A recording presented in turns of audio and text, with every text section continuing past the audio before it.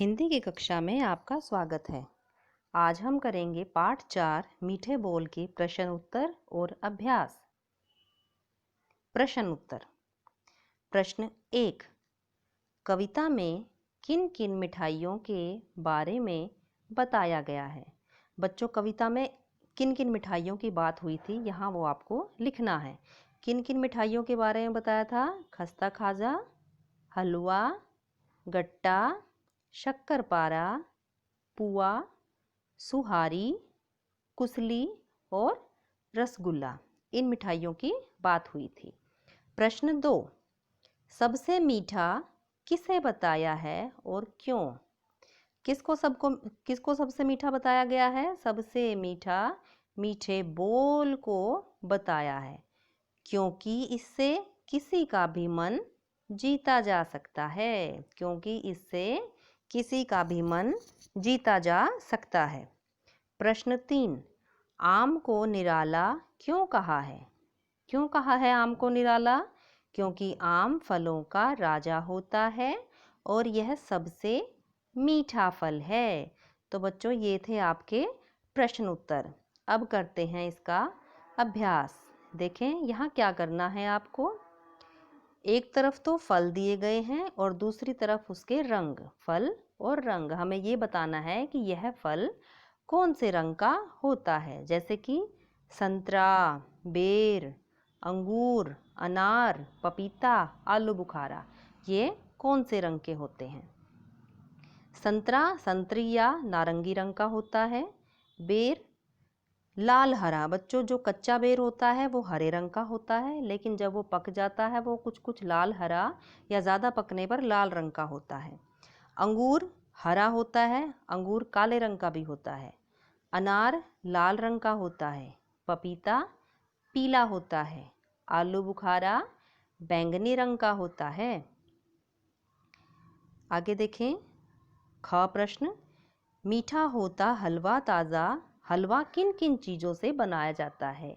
बच्चों, आपके घर में भी हलवा बनता है ना, तो आपको जानना बहुत ज़रूरी है कि हलवा किन चीज़ों से बनता है।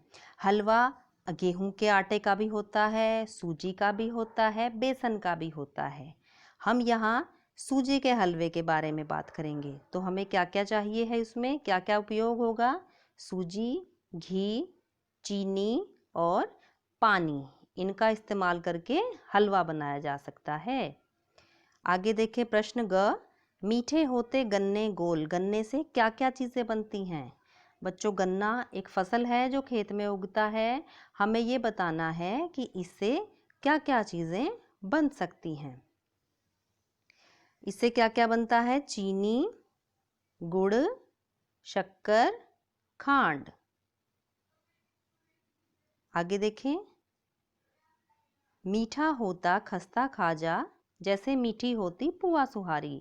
यहाँ खस्ता खाजा के लिए मीठा और पुआ सुहारी के लिए मीठी शब्दों का प्रयोग हुआ है। मीठा और मीठी।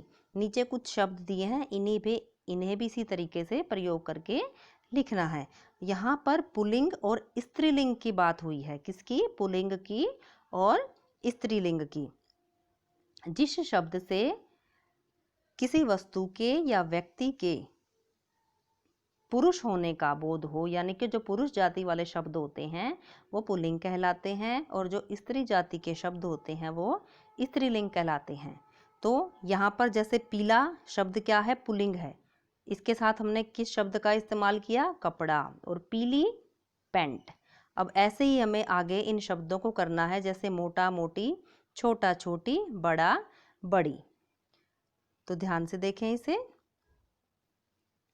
यहाँ हमने क्या किया? अब मोटा भालू, मोटी बिल्ली, छोटा भाई, छोटी बहन, बड़ा बेटा, बड़ी बेटी।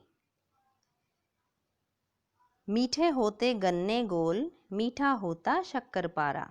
गन्ने शब्द में एक तो आधा न है और एक पूरा न है। देखिए ध्यान से, आधा न और पूरा न। ऐसे ही शक्करपारा में आधा क और पूरा क, आधा क और पूरा क। तो आप भी इसी तरीके के शब्द बनाएं। हमें ऐसे शब्द बनाने हैं जिनमें आधा वर्ण और पूरा वर्ण दोनों आए।